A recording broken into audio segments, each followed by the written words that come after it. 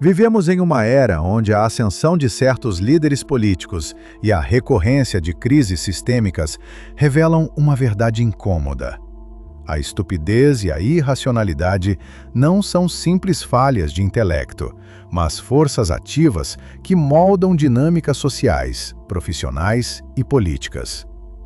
O professor Walter Pitkin observou que o tema é tão vasto que uma vida inteira não bastaria para esgotá-lo. Compreender a arquitetura por trás desses comportamentos se torna, portanto, uma necessidade estratégica para navegar na complexidade do mundo contemporâneo. A dificuldade em definir a estupidez reside em sua natureza multifacetada e contextual. Partindo de suas origens etimológicas, o conceito deriva do latim stupidus, que significa ficar atordoado. Mas a estupidez transcende a simples falta de intelecto. Carlo Cipolla estabeleceu uma definição funcional revolucionária. A estupidez é uma ação que prejudica outras pessoas sem que o autor obtenha qualquer benefício, podendo inclusive sofrer prejuízos. Já a inteligência, com origem no latim intelligere, significa escolher entre opções, representando a capacidade de compreender a realidade e resolver problemas de forma eficaz, gerando benefícios tanto para si mesmo quanto para os outros. A perspectiva de Cipolla é notável por avaliar a estupidez exclusivamente por suas consequências, o impacto sobre a vítima, e não pela intenção do autor. Um ato pode parecer tolo, mas se não causa dano líquido, não se enquadra nesta definição funcional. Essa visão pragmática se aproxima do sistema legal, que em muitos casos julga os atos pelo seu resultado. O trabalho do historiador e economista Carlo Cipolla, publicado em 1976, representa um marco na sistematização do estudo da estupidez. Suas 5 leis fundamentais oferecem um modelo preditivo para identificar e compreender o comportamento irracional, tratando a estupidez não como uma anomalia, mas como uma constante da condição humana. A primeira lei postula que sempre subestimamos o número de indivíduos estúpidos em circulação.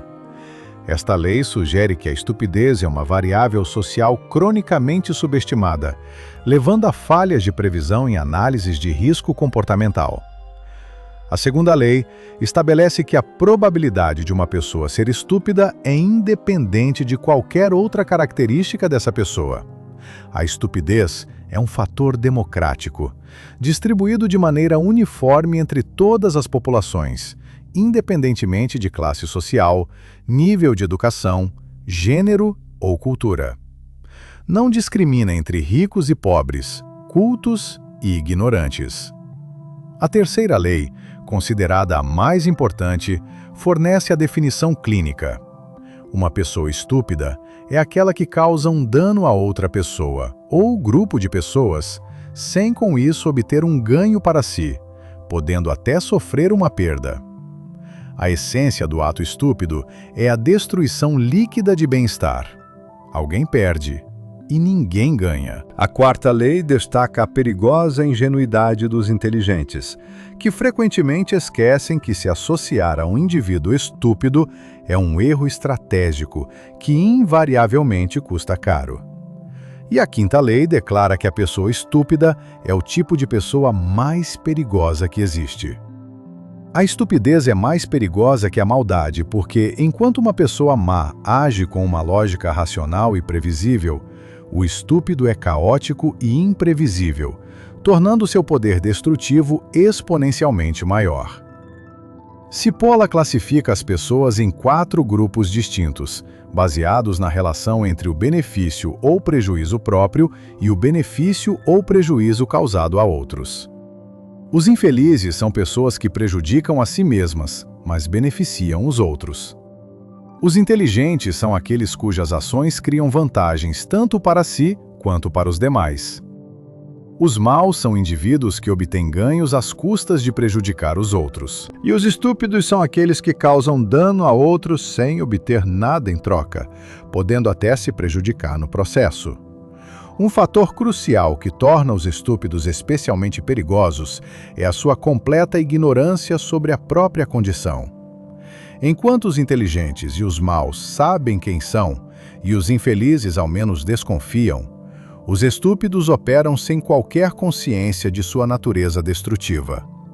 Expandindo as ideias de Cipolla, o escritor Giancarlo Livraghi identifica arquétipos específicos de comportamento irracional que se manifestam no cotidiano. O idiota hiperativo é marcado pela ansiedade, como um malabarista que adiciona mais bolas até que todas inevitavelmente caiam. Sua autoconfiança exagerada o leva a iniciar múltiplos projetos sem jamais concluí-los. O ingênuo otimista acredita que tudo está indo bem e, com excesso de confiança, insiste em suas abordagens mesmo quando elas claramente falham. O cético amargo é dominado pela desesperança. Vê o fracasso em tudo e descarta qualquer opinião alheia como ingênua ou desinformada. O culpado crônico assume a responsabilidade por todos os eventos negativos, acreditando que são consequência direta de suas ações ou omissões. E o arrogante poderoso posiciona-se no topo da hierarquia e age como um tirano com seus subordinados, exercendo poder de forma arbitrária e destrutiva. Estes arquétipos não são arbitrários. São as manifestações externas de falhas previsíveis no processamento cognitivo. O arrogante poderoso é a personificação da falsa sensação de onipotência e do egocentrismo, enquanto o ingênuo otimista exibe um claro otimismo exagerado. Eles são o resultado de mecanismos psicológicos e vieses cognitivos específicos que os impulsionam e os sustentam. A irracionalidade não é apenas uma ausência de lógica. É o resultado de mecanismos de processamento heurístico que, sob certas condições, resultam em erros sistemáticos de julgamento. Vieses cognitivos e distorções emocionais atuam como atalhos mentais que, embora evolutivamente úteis, frequentemente nos levam a conclusões e decisões profundamente falhas, afetando até mesmo as pessoas mais inteligentes. A teoria da dissonância cognitiva, desenvolvida por Leon Festinger, explica o desconforto psicológico que sentimos ao sustentar crenças conflitantes. Para aliviar essa tensão, tendemos a justificar nossas escolhas em vez de reavaliá-las racionalmente. Por exemplo, um eleitor que apoia um determinado partido, mas se identifica com propostas de outro, buscará ativamente razões para manter sua lealdade original, em vez de mudar seu voto. Essa busca por coerência interna frequentemente se sobrepõe à análise objetiva. Esse mecanismo é reforçado pelo viés de confirmação, descrito por Michael Shermer. Trata-se da tendência humana de aceitar informações que reforçam nossas crenças pré-existentes e de ignorar, distorcer ou rejeitar evidências que as contradizem. Um exemplo notável é o de Linus Pauling, químico laureado com o Prêmio Nobel, que defendeu fervorosamente que a vitamina C poderia curar o câncer, apesar da falta de provas científicas robustas. Sua autoridade em uma área não o impediu de aderir a uma crença infundada, demonstrando como a inteligência não oferece imunidade a esses vieses. O psicólogo Robert Sternberg argumenta que pessoas academicamente brilhantes podem ser tolas na prática, pois a inteligência tradicional não é sinônimo de sabedoria. Ele identifica 5 distorções cognitivas que levam ao fenômeno da tolice inteligente. Primeiro, o otimismo exagerado. A crença de que, por ser tão brilhante, as consequências de longo prazo de ações impulsivas podem ser ignoradas. Segundo, o egocentrismo. Um foco exclusivo nos próprios interesses, negligenciando a responsabilidade com os outros e o bem-estar coletivo. Terceiro, a falsa sensação de onisciência. A crença de que se sabe tudo sobre um determinado assunto, o que leva ao fechamento para novas informações ou críticas. Quarto, a falsa sensação de onipotência. A crença de que, por ter sucesso em uma área, é possível conquistar tudo, levando a uma subestimação de riscos e complexidades. E quinto, a ilusão de invulnerabilidade. a convicção de que se escapará ileso das consequências de atitudes irresponsáveis. A estupidez, embora perigosa no nível individual, ganha uma força exponencial quando manifestada coletivamente. Como aponta Giancarlo Livraghi, o impacto da estupidez coletiva é muito maior do que a simples soma de suas partes. Enquanto a inteligência requer coordenação para gerar resultados positivos, a estupidez se propaga com facilidade, transformando-se rapidamente em uma força social avassaladora. A teoria da psicologia das massas de Gustave Le Bon oferece uma explicação clássica para esse fenômeno. Le Bon argumenta que, ao se integrar a uma multidão, o indivíduo perde parte de seu senso crítico, autonomia e responsabilidade. Nesse estado de sugestão coletiva, ele se torna altamente suscetível ao contágio emocional e à manipulação, reagindo de forma mais impulsiva do que faria isoladamente. A multidão opera como um organismo único, onde o julgamento individual é suprimido em favor da emoção do grupo. A crise financeira de 2008 serve como um exemplo contundente de decisões coletivas irracionais. Bancos e empresas, movidos por um foco obsessivo em lucros de curto prazo, ignoraram sistematicamente os riscos sistêmicos. Esse comportamento corporativo foi um caso clássico da tolice inteligente em escala massiva. O otimismo exagerado sobre o mercado imobiliário, o egocentrismo na busca por bônus pessoais e uma ilusão de invulnerabilidade de que o sistema jamais entraria em colapso. O resultado foi um desastre que demonstrou como a estupidez pode se institucionalizar com consequências devastadoras.